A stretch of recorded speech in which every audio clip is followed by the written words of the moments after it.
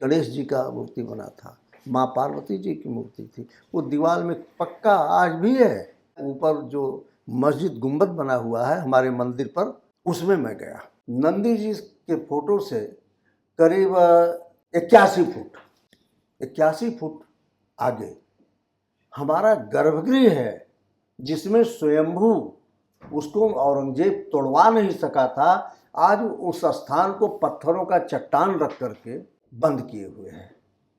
वो पत्थर का चट्टान हट जाए तो स्वयं बोलेगा आज तक। लेकिन हमारा डिमांड इसी बात के लिए है ना कि उसकी खुदाई हो। हमारा मुकदमा जो दाखिल हुआ है, वर्षिप एक्ट लागू होने के पहले हमारा मुकदमा दाखिल हो चुका है।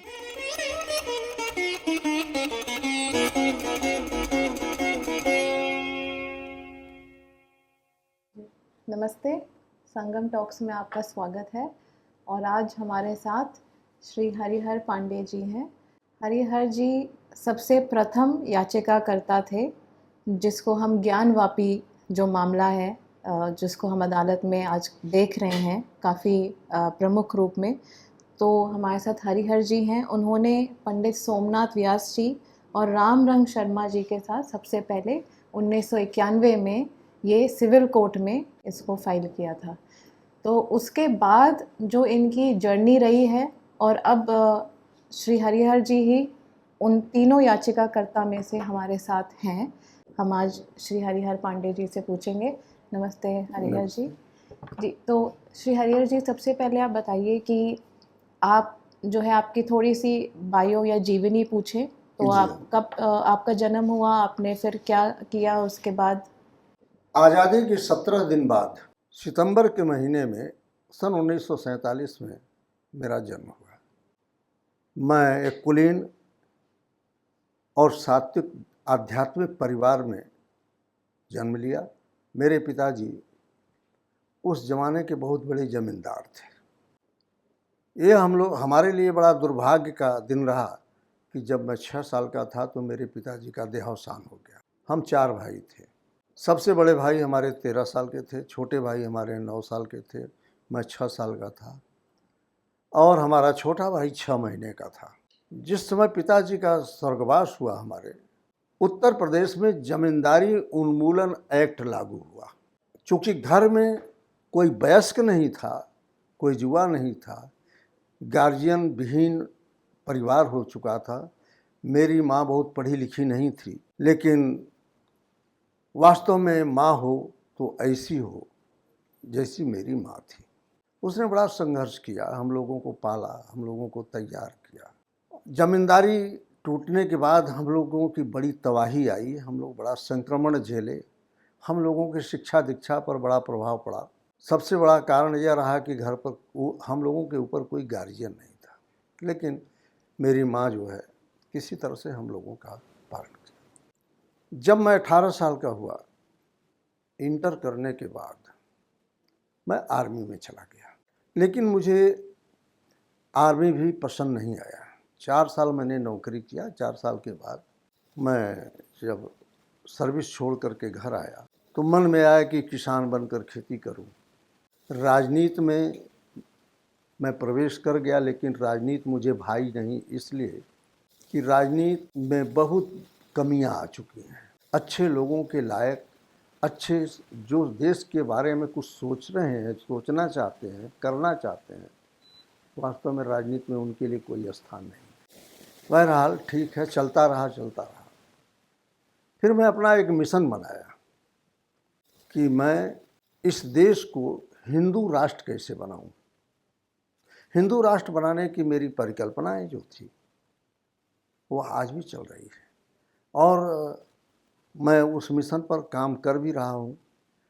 युवावस्था में शुरू किया ये हिंदू राष्ट्र की बात और आज वृद्धावस्था में चल रहा हूँ। लेकिन बाबा विश्वनाथ की कृपा रही तो हो सकता है कि यह मेरा स्वप्न जो है अति शीघ्र साकार हो जाए। आपने 1991 में सबसे पहले जो है आपने जाके उसका सर्वे किया था अंदर जाके, जी। ज्ञानवापी मॉस्क में, जब वहाँ पे हिंदुओं का आना अलाउड नहीं था। हाँ। तो आपने किस प्रकार ये किया? एक छोटा सा एक लाइन का श्लोक मैं बोल दूं आप लोगों को। गंगा तरंग रमणीय जटाकलापम गौरी निरंतर विभूषित वाम भागम नारायण प्रियमनंगमदापहारम वाराणसी पुरपतिम भज विश्वनाथम। मैं उनसे प्रार्थना किया कि प्रभु, हम इस सनातन मंदिर को मलेच्छों के हाथ से मुक्त कराना चाहता हूँ। मुझे बड़ा बल दिया उन्होंने, भगवान शिव ने मुझे बड़ा आत्मबल दिया। आपके पिताश्री भी शिव जी के हाँ, भक्त थे। मेरे पिताजी शिव जी के बहुत बड़े आपके भक्त थे। संपूर्ण परिवार में सब शिव जी के ही? सब लोग शिव के भक्त हैं। जब मैं मुकदमा दाखिल करने के लिए बातचीत शुरू किया तो बनारस में 2 सिविल कोर्ट के अच्छे सीनियर एडवोकेट थे और सिविल के अच्छे लॉयर थे। एक थे श्री दान बहादुर सिंह एडवोकेट और दूसरे थे संकटा प्रसाद तिवारी एडवोकेट। ये सिविल कोर्ट के जाने माने वकीलों में से थे। पहले तो मेरी मन में बात आई कि हम इन लोगों को फीस दे पाएंगे कि नहीं दे पाएंगे, हम इन लोगों को संभाल पाएंगे कि नहीं। लेकिन उन दोनों महानुभावों ने मुझे बड़ा सपोर्ट किया। दोनों लोग हमसे गए कि मुझे फीस नहीं चाहिए, कागज में जो खर्च करना पड़ता है तुम करो, लेकिन हमें पहले सबूत दो, हम किस आधार पर मुकदमा तैयार करें। उन्होंने बताया, हम कि ठीक है, हम सबूत देंगे।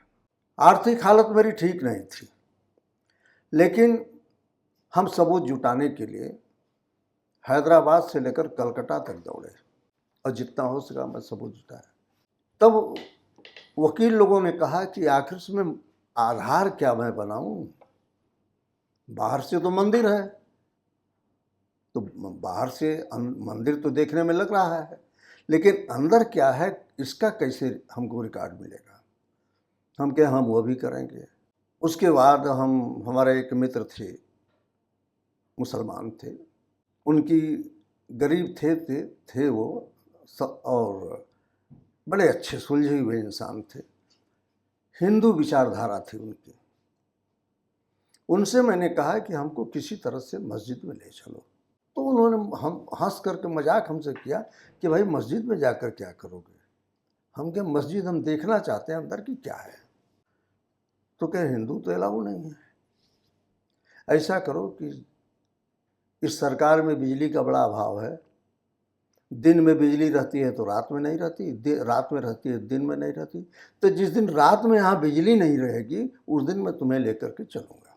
फिर उसके बाद मैं रात को, जो मिलिट्री में जवान एंकलेट बांधते हैं जूते के ऊपर, मैं एंकलेट पहना, पैंट पहना, शर्ट पहना, मास्क लगाया। उन्होंने मुझे उस मंदिर के गेट तक ले जाकर 3 सेल का टार्च बड़ा सा दिया। वो हमको ये भी बताया कि रात में जहाँ तुम लोगों का पहले मंदिर हुआ करता था वहाँ सांप बहुत है, तो उनसे सतर्क रहना। हम कहे हाँ ठीक है।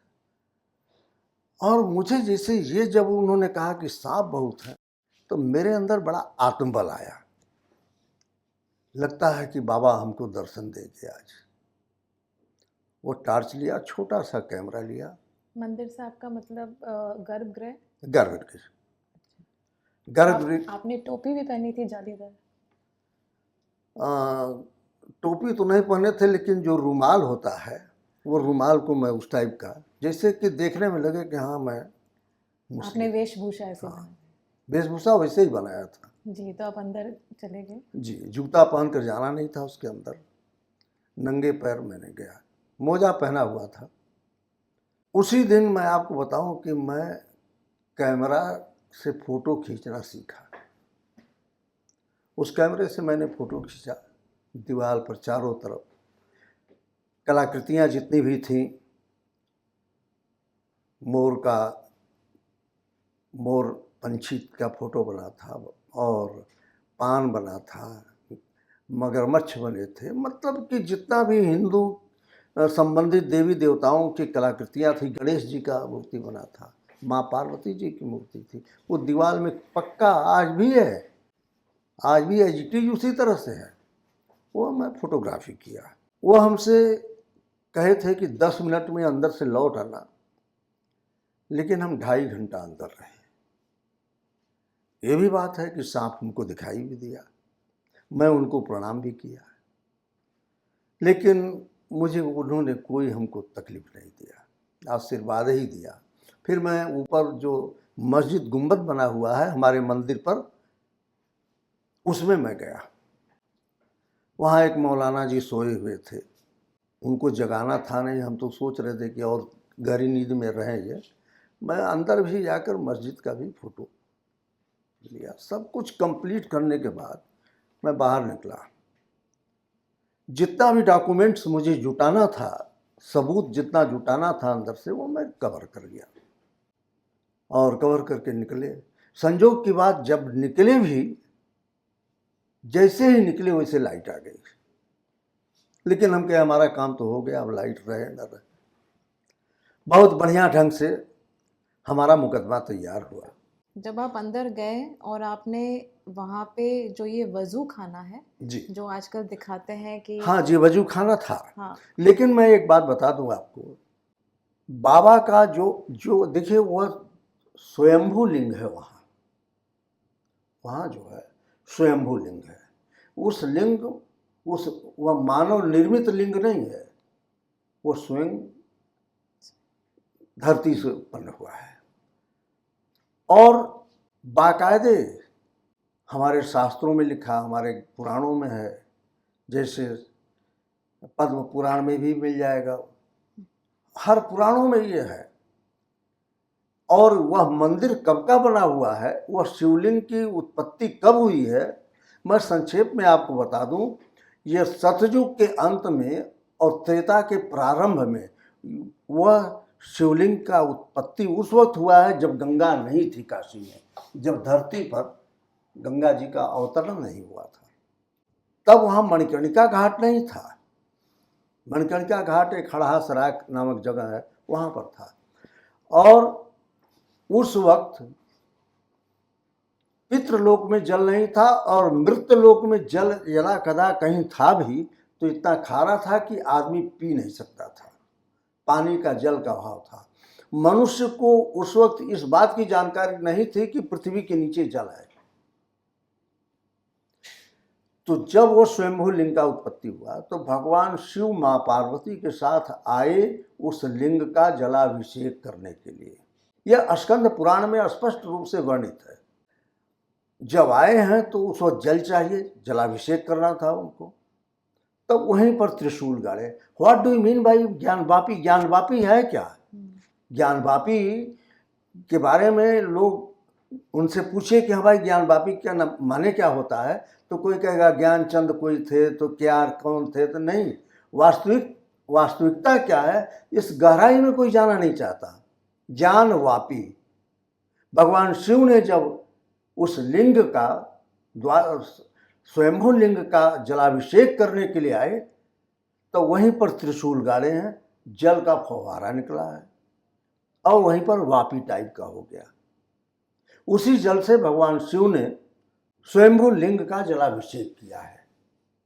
और उसी वापी के करीब बैठकर माँ पार्वती को भगवान शिव ने मानव दर्शन, आध्यात्म, मानव के बारे में, मानव सभ्यता के बारे में सारी बातें माँ पार्वती को ज्ञान के रूप में वहाँ पर सुनाया।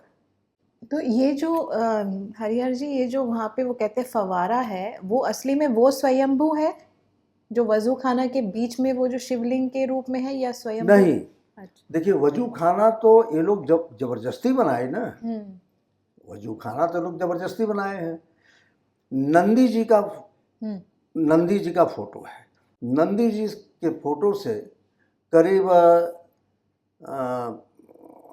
35-40 फुट, लगभग 81 फुट आगे हमारा गर्भगृह है, जिसमें स्वयंभू उसको औरंगजेब तोड़वा नहीं सका था। आज उस स्थान को पत्थरों का चट्टान रख करके बंद किए हुए हैं।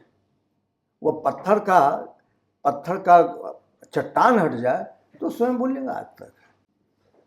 उस स्वयंभू लिंग का श्रृंगार जब होता था तो जो मुकुट बना हुआ था वह यहाँ गोलकुंडा के राजा वह मुकुट बनवाए थे। उसमें आधा किलोग्राम का हीरा जड़ा हुआ था, जिसको कि औरंगजेब ने चुराया, क्योंकि वह स्वयंभू लिंग तो उठा नहीं सकता था, वो धरती से था।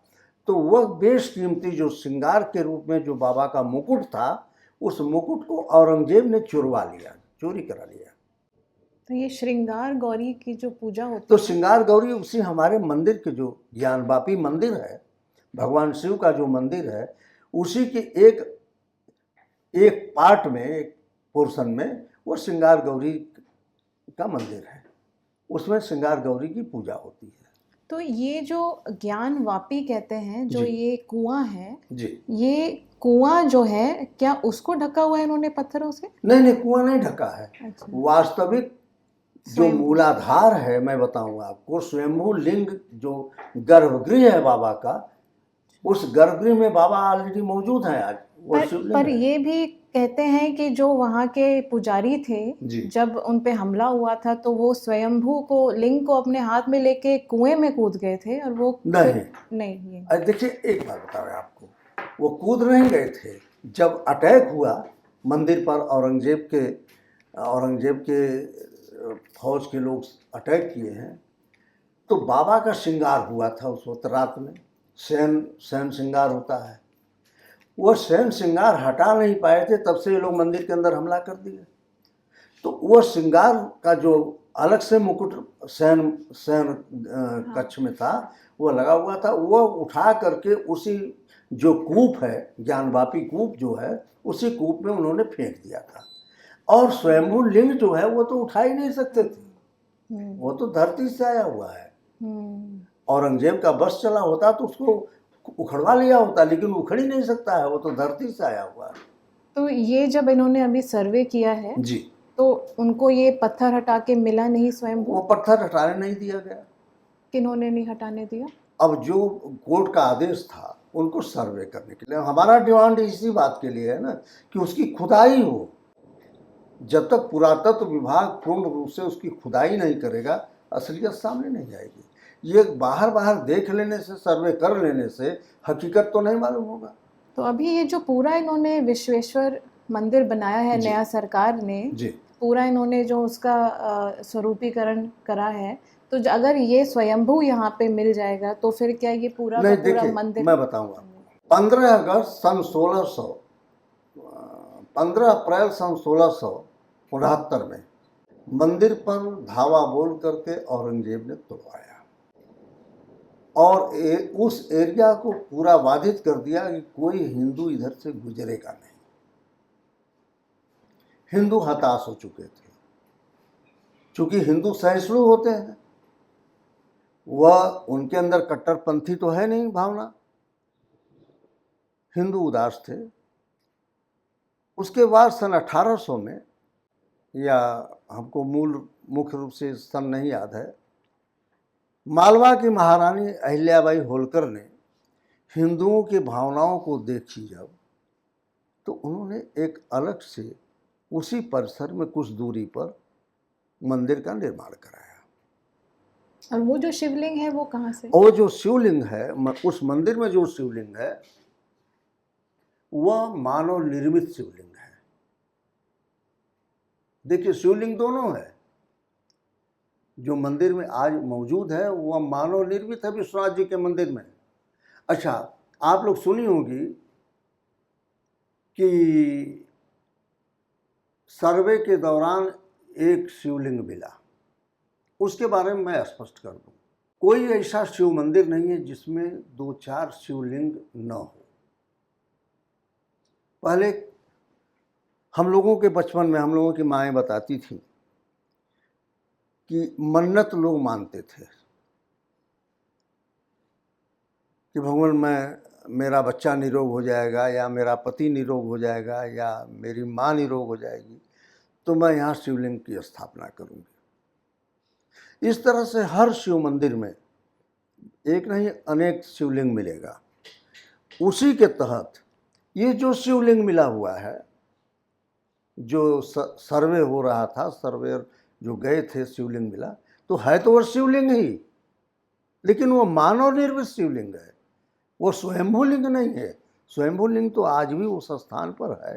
तो ये जब ये केस हाईलाइट हुआ हरिहर जी, पिछले 1 साल से मैं देख रही हूँ जी, न्यूज़ में, जी। तो वो ज़्यादातर फोकस उनका वो वजू खाना के अंदर जो वो कहते हैं कि फाउंटेन है क्या है उसके ऊपर, वो कहते हैं शिवलिंग बाबा मिल गए, बाबा मिल गए। हाँ हाँ, देखिए वह जो शिवलिंग है जो उनके वजू खाना में मिला है, तो वह मंदिर में रहा है, उसको ये लोग उस वजू खाना में फेंक दिए, छुपा दिए। जो मानव निर्मित शिवलिंग है वो स्वयंभू लिंग नहीं है। मैं तो आज भी कहता हूँ कि वो स्वयंभू लिंग नहीं है, वह मानव निर्मित लिंग। और उसमें कई अभी भी आज भी सर्वे होगा और खुदाई होगी तो एक नहीं कई शिवलिंग मिलेंगे आपको। ऐसे उसी मिलेंगे। वजू खाना के शिवलिंग के ऊपर ही सारा फोकस क्यों है? क्यों फोकस उसी के ऊपर ज़्यादा है, जैसे कि वही स्वयंभू है? यही ना बात है कि वास्तव में है वो शिवलिंग, लेकिन मानव निर्मित, उसको बनाया हुआ शिवलिंग है, पूजा उसकी होती थी, लेकिन जो स्वयंभू लिंग है वो अंदर है। वो अंदर है। तो उस पे क्यों नहीं बात हो रही है हरिहर जी? हम तो उसी को लेकर लड़ रहे हैं ना। अच्छा अच्छा, ये कहीं न्यूज़ में भी नहीं आ रहा है जो आप कह रहे हैं? नहीं, न्यूज़ में हमारी लड़ाई जो है, जो 91 में मैं मुकदमा दाखिल किया हूँ कि यह स्वयंभू लिंग है और हमारे स्वयंभू लिंग के मंदिर पर इनके अंग्रेज या औरंगजेब द्वारा जबरदस्ती तरीके से अतिक्रमण किया गया है।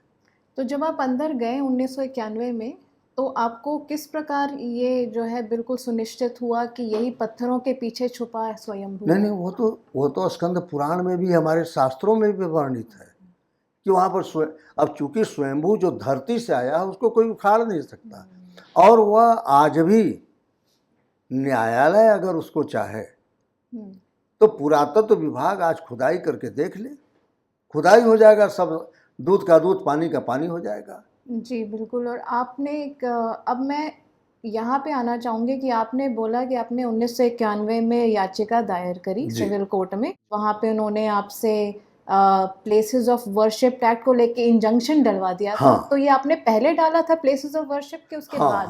हमारा मुकदमा जो दाखिल हुआ है वर्शिप एक्ट लागू होने के पहले हमारा मुकदमा दाखिल हो चुका है। 2 महीने बाद? हाँ, 2 महीने पहले। अच्छा, उसके बाद प्लेसेस ऑफ वर्शिप? हाँ, हमारे ऊपर वर्शिप एक्ट लागू नहीं होता है क्योंकि लॉ रेट्रोस्पेक्टिव नहीं होता। हाँ, लेकिन इनके आतंक से अच्छा, जब वहाँ पर लोअर कोर्ट में यह निर्णय हुआ कि नहीं इसका सर्वे हो, पुरातत्व विभाग द्वारा इसका सर्वे कराया जाए।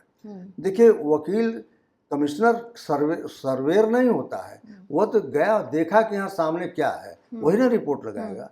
लेकिन पुरातत्व विभाग उसको खुदाई करेगा ना, देखेगा कि यहाँ कहाँ स्वयंभू लिंग है और कहाँ माँ पार्वती का स्थान है, कहाँ गणेश जी का स्थान है, कहाँ कार्तिकेय जी का स्थान है, हैं? तो वह जब तक खुदाई नहीं होगी और उसको गंभीरता से देखा नहीं जाएगा तब तक तो पता नहीं चलेगा। क्योंकि आज 400 सालों से 400 सालों से वो एकदम, वो तो इन लोगों के दृष्टि से तो कुछ नहीं है, हम लोगों के दृष्टि से तो भगवान है वहाँ पर। 400 सालों से ताला बंद है। तो जब आपने ये डाला 2 महीने पहले, ये दायर तो हो गया था, वहाँ रजिस्टर हो गया उनके रजिस्ट्रार ने, उसके बाद फिर ये जो 2 महीने बाद एक्ट आया जी, उसके 2 महीने की ही 2 महीने के बीच में क्या क्या चीज़ें हुई आपके केस पे? देखिए, पहले तो तमाम नाना प्रकार की धमकियां मिली मुझे कि मुकदमा विड्रा कर लीजिए। इन आतंकवादियों की तरफ से धमकियां मिली हमको कि मुकदमा क्यों दाखिल किए हो आप, मुकदमा उठा लो। मुसलमान भी धमकी दिए और गाहे बगाहे इन लोगों ने एक्सीडेंट के माध्यम से किसी न किसी माध्यम से ही हमारी हत्या भी करना चाहे। लेकिन मैं एक बात बता दूं आपको, जिसके बाबा विश्वनाथ हुआ नाथ नहीं हो सकता है। बिल्कुल। हमारी रक्षा बाबा विश्वनाथ करते हैं, हमारा कोई कुछ बिगाड़ नहीं पाया। इन लोगों ने 91 से अब तक 30-32 सालों में केवल व्यवधान उत्पन्न किया कि मुकदमा चलने न पावे। तो ये 2 महीने में हरिहर जी कुछ भी नहीं हुआ केस में? अभी कुछ कोई नहीं हुआ। नहीं, वो 2 महीने में जो आपने एकदम से डाला जी। और 1.5 वर्ष हाँ, तो तब नोटिस इन लोगों को जब सर्व होना शुरू, क्योंकि देखिए कोर्ट का बड़ा, कोर्ट में कोई भी आप मुकदमा दाखिल के लिंगाराम तो बहुत होता है। नोटिस जारी करते हुए करते करते करते करते 2 महीने में वर्शिप एक्ट भी आ गया इनका।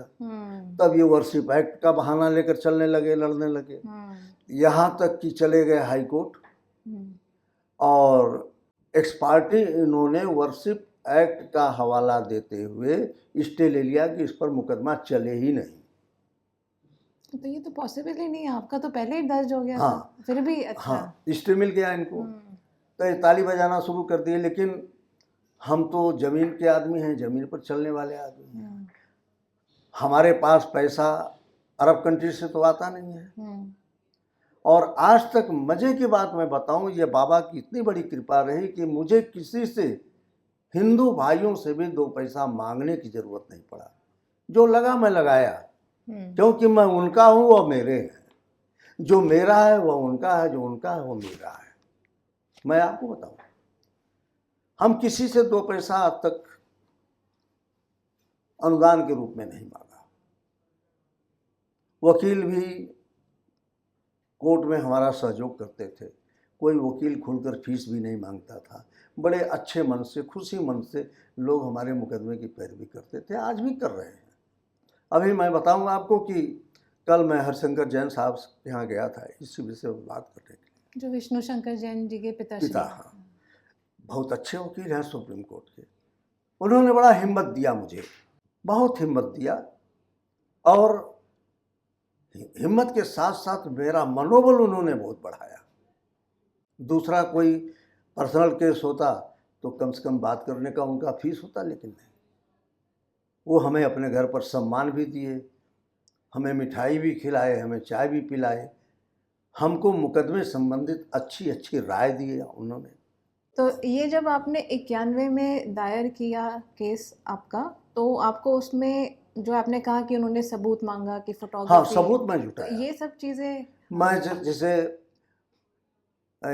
औरंगजेब नामा था, वो मैं हैदराबाद लाइब्रेरी से लाया जा करके, उससे भी नहीं पूरा हुआ तो फिर वकील साहब बताए कि आप कलकत्ता जाइए, उस लाइब्रेरी में मिलेगा। वहाँ गए, सब सबूत जुटाते थे। उसमें हमारा पैसा खर्च होता था, समय खर्च होता था। भूखे प्यासे मैं ट्रेन के, मेरे पास इतना पैसा नहीं होता था कि मैं ट्रेन में रिजर्वेशन करा कर जा सकूं। बैठे बैठे चले जा रहा हूँ, जनरल कंपार्टमेंट में बैठे हुए धक्का खाते हुए मैं निकल जाता था। क्योंकि हमारे मन में एक जुनून है आज तक कि हम अपने मंदिर को मस्जिद से हटाकर ही छोड़ूंगा। अब मस्जिद हटेगा, उसके लिए अगर मेरा प्राण भी जाता है तो मेरी आत्मा ऊपर से धन्यवाद देगी अपने आप को कि मैंने कुछ किया। किसके लिए किया हूँ? अपने लिए किया हूँ, अपने परमेश्वर के लिए किया हूँ, अपने परमात्मा के लिए किया हूँ। मैं यहाँ पर क्या लेकर आया था? और पापोपि पश्यति भद्रम जावति पापम न पश्यते। इन मुगलों का पाप अब चलने नहीं दूंगा मैं। ये जो हरिहर जी, अब मैं आपसे ये पूछना चाहूँगी कि जो आपका इस केस में अभी इसके बिल्कुल साइड में साइमल्टेनियसली श्रृंगार गौरी जी का केस चल रहा है, वो भी काफ़ी पहले दर्ज हुआ था। नहीं, श्रृंगार गौरी का तो सन 18-19 में दाखिल हुआ है। इसी 18-19 में आदरणीय हरिशंकर जैन साहब और विष्णु शंकर जैन साहब के सहयोग से दाखिल हुआ है।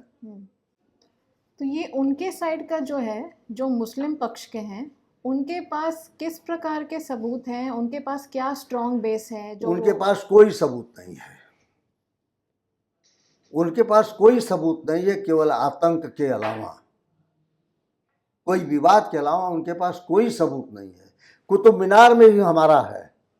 मैं कल लोधी गार्डन का फोटोग्राफी किया, वो हमारा है साहब। हम्म, उसमें देखिए किसी मुसलमान मस्जिद में या मजार में या उनके मकबरे पर कहीं मोर पंख नहीं पाएंगे आप, हम्म, गाय नहीं पाएंगे आप, गाय का आप तस्वीर नहीं पाएंगे, कलाकृतियाँ नहीं पाएंगे। आप चलिए, मैं फोटो को खींच कर लाया हूँ, मैं उस पर मुकदमा करने जा रहा हूँ। हिंदुस्तान में जहाँ भी हम्म, हमारे मंदिर को अतिक्रमण करके ये मस्जिद बनाए, मीनार बनाए हैं, वो निर्मुक्ति के लिए लड़ूंगा। तो आपको क्या लग रहा है आपके केस में क्या होने वाला है? तो आपको लग रहा है कि कानूनी कार्रवाई के ज़रिए हमें अपना मंदिर वापस मिल सकता है? देखिए, कानून हमारा लॉर्ड मैकाले का बनाया हुआ कानून है।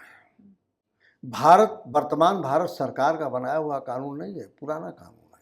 और उनके कानून में लोचपन बहुत ज़्यादा था। वो जिधर पलड़ा भारी देखते थे उसी पक्ष में लिखते थे।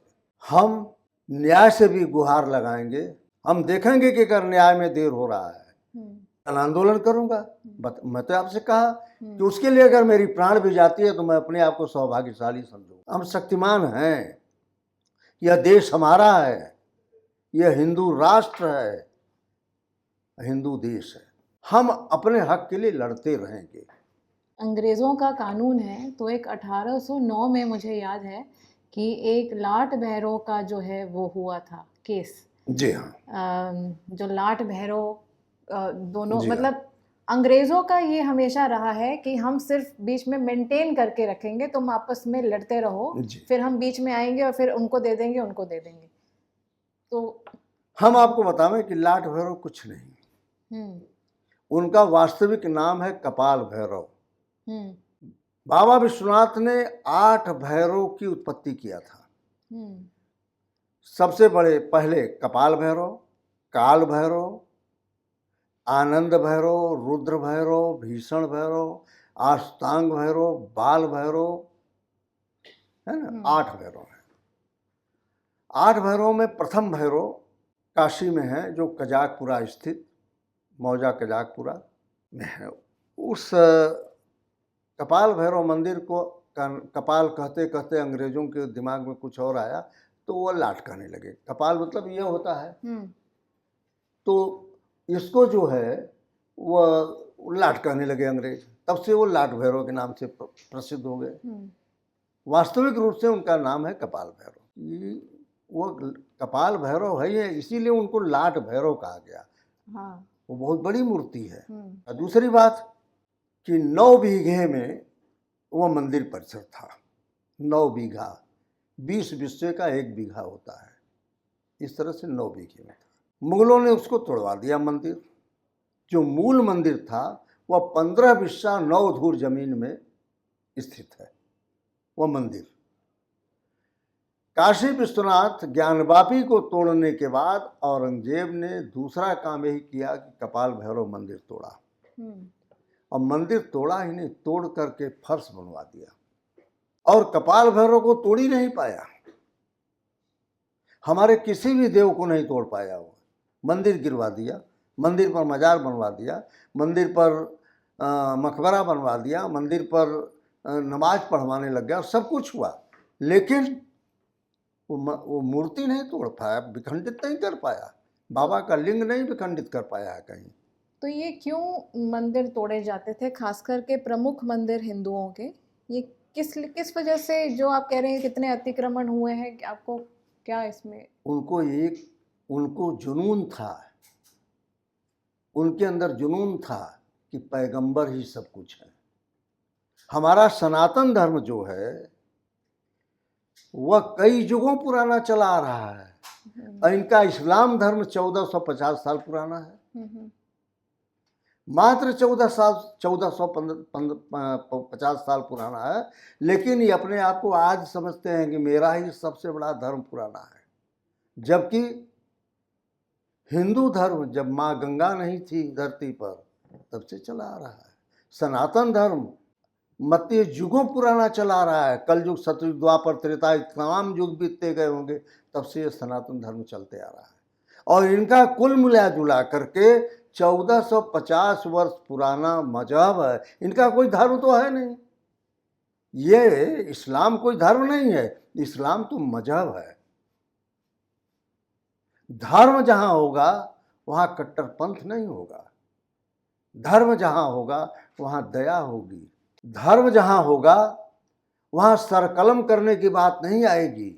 आपको तो धमकियां भी आई हैं, मैंने पढ़ा है पाकिस्तान से कि हाँ जी, व्हाट्सएप पे कि आपका सर तन से हाँ जुदा जी, हाँ करेंगे जी, ऐसे हाँ। करके। ये करीब 5-6 महीना पहले पहले तो ये लोग धमकियां हमको ऐसे आए दिन देते रहते थे। हम्म आज भी मैं जब मुस्लिम क्षेत्र से गुजरता हूँ हम्म तो सब व्यंग बोलते हैं वहाँ हरिहर पड़वा जा रहा है, हम्म ये देखो हिंदुओं का नेता जा रहा है। हम्म तो हम तो सुनते रहते हैं, अब आदत सी पड़ गई है। हम्म पाकिस्तान से एक फ़ोन आया था मेरे पास, हम्म मैसेज भी आया था हम्म कि मुकदमा लड़ रहे हो, हम्म धरती पर रहने दूंगा तुमको, सर कलम कर दूंगा, हम्म कर दिया जाएगा। तो मैं उनको जवाब भी दिया था कि साले पाकिस्तान में आकर तुम्हें मारूंगा। हम्म हम उनको जवाब भी दिए थे। हम्म तो देखिए, जब आप समाज में अच्छा काम करने के लिए चलेंगे तो बहुत से सांप गोजर बिच्छू मिलेंगे आपको काटने के लिए, लेकिन काट नहीं पाएंगे। हम्म अंत में विजय आपकी होगी, इसलिए कि आप सत्य पर हो, आप सत्य के लिए चल रहे हो। हम तो अपना हक मांग रहे हैं कि भैया हमारे मंदिर पर आप जबरदस्ती मस्जिद बनाए हो, अपना मस्जिद हटा लो।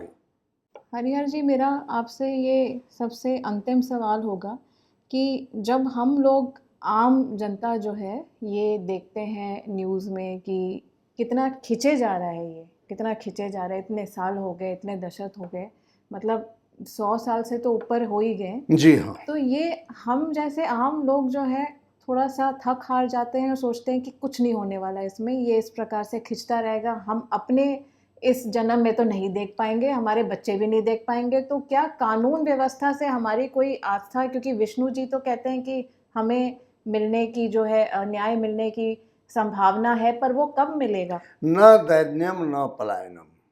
देखिए, हम लोगों के पूर्वजों ने सिखाया, हम लोगों के ऋषियों ने सिखाया, न दैन्यम न पलायनम। न तो आप दीन बनो और न भगोड़े बनो, पलायनवादी मत बनो। अगर संघर्ष आप करते करते रहोगे तो संघर्ष से जो चिंगारी निकलती है, उस चिंगारी के माध्यम से आप अपने मिशन को पार कर लो। तो आप कह रहे हैं कि हमें लगे रहना चाहिए, हाँ, कभी ना कभी तो उसका। कभी न कभी नहीं। As you think so you become, जामती सा गति। इसलिए हमको कोई बहुत टेंशन नहीं है। हम तो समय का भी इंतजार नहीं कर रहे हैं, तो पर परिस्थितियों का इंतजार कर रहे हैं बस। तो हरिहर जी, अब ये किस प्रकार से जो जनता आपको देख रही है, आपकी किस प्रकार इसमें सहायता कर सकती है, कुछ योगदान किस प्रकार से करें आपके इस यज्ञ में? अब देखिए, मैं आपको एक बात बताया कि मैं 32 साल से मुकदमा बाबा विश्वनाथ का लड़ रहा हूँ। किसी के सामने मैं हाथ नहीं फैलाया, किसी से नहीं कहा कि मुझे कुछ आप दो, और जितना हमसे बन पड़ रहा है उतना कर रहा हूँ, लड़ रहा हूँ और लड़ता रहूँगा। समय आने पर, जैसे भैरव सेना है, हमारी संस्थाएं हैं तमाम, ज़रूरत पड़ने पर अगर याचना करना होगा तो याचना करूँगा लोगों से।